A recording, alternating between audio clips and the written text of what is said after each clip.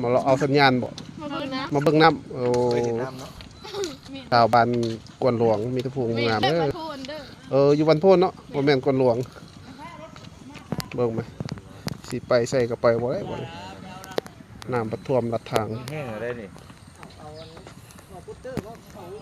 ได้จูง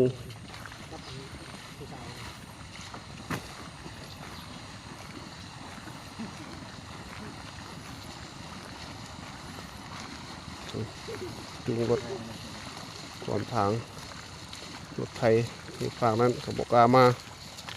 โอ้จนได้จูงเอาเนาะบอกกาขี่เลยเดี๋ยวมันขึ้นเทียนนั้นเทียนบุญก็คือขนาดลุยเนาะ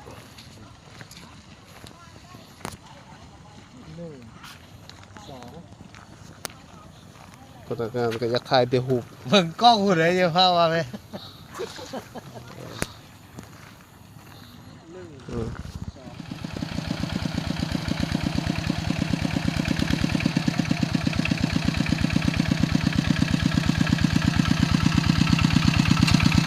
กลับไปกลับมาหับเอาผู้โดยสารบ่คือว่ากลับไปกลับมา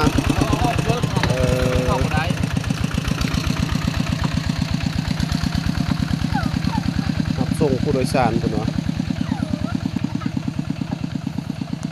ทีมงานโฆษณาลงเคลื่อนที่พอประชาชนอยู่ใส่กับเผยแพร่โฆษณาอยู่นำทางเลยในกิจกรรมเยี่ยมยามครัวเรือนไปบัดนี้เมื่ออยากสิไปทางเลยเนี่ยบ้านเจ้าพ่อปลูกมาขังน้ำเลยเจ้าก็เนาะเฮ็ดหน้าอยู่กุหลวงแล้วค่ะน้ำลายแล้วน้ำนี่มันอ้างอยู่ตรงนี้ไปห้องพูดแล้วมันก็มีอันนั้นนี่ต่อไปฮะเนาะ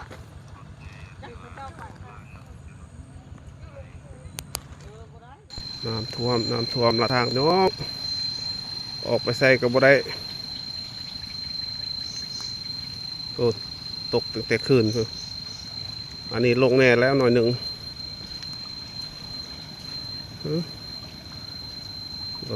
รถบิโก้สิมานี่อ๋อใส่บ่ได้เลยเลิกผลกระดักกระโดดบอกกาออกไปแล้วได้นอนกินข้าวลิงอยู่บ้านคนหลวงเลยนะตอนนี้ก็ยังตกอยู่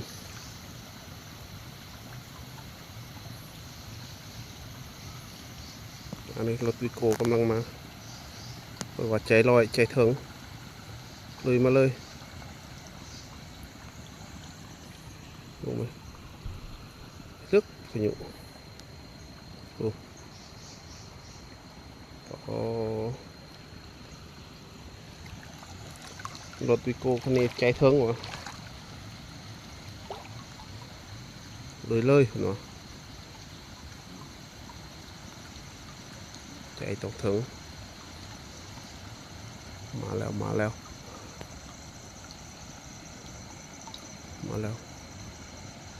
อันนี้มันลงเลยแล้วพี่น้องเมื่อคืนนี่ปอจุหัวเลย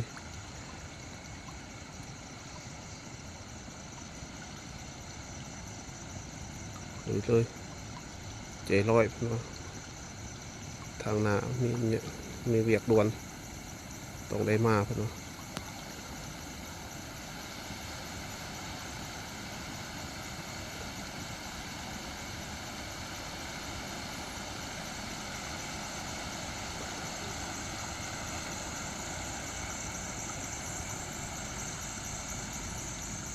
ห้องเลยพอแห้งเลยเนาะ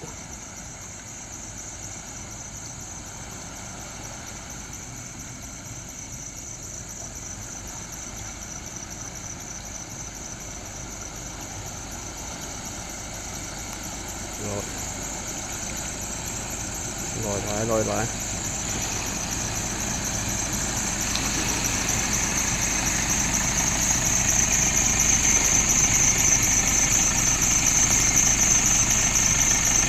อันนี้ก็จะเกือบจุหัว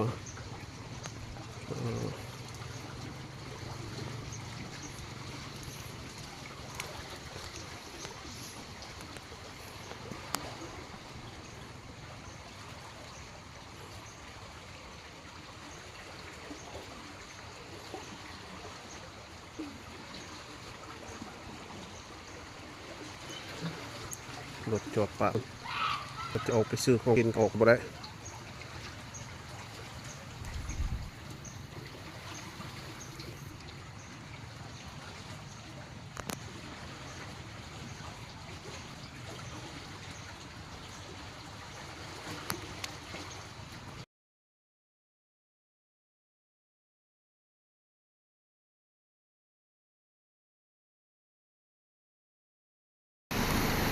ทางไปบ้านซองอันนี้ลงแน่แล้วเมื่อวานนี่เพียงเอวบนนี้มันนี้ลงหลายแล้ว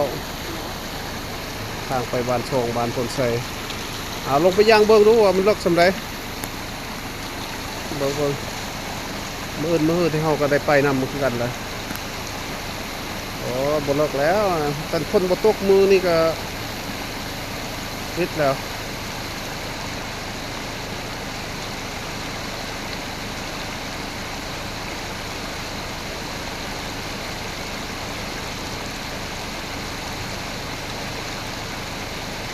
เชี่ยวชาญเป็นลงพยายามเบิ่ง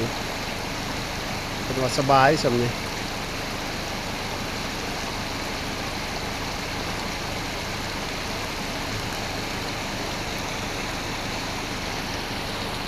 สบายเนาะสำนี่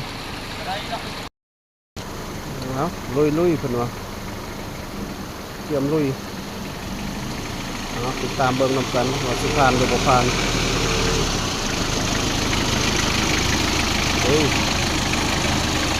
ลุยเมื่อวาน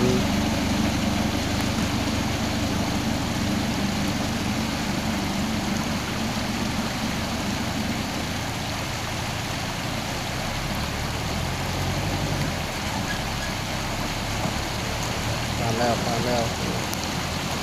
ยึดเกือบตายคุณเนาะเฉย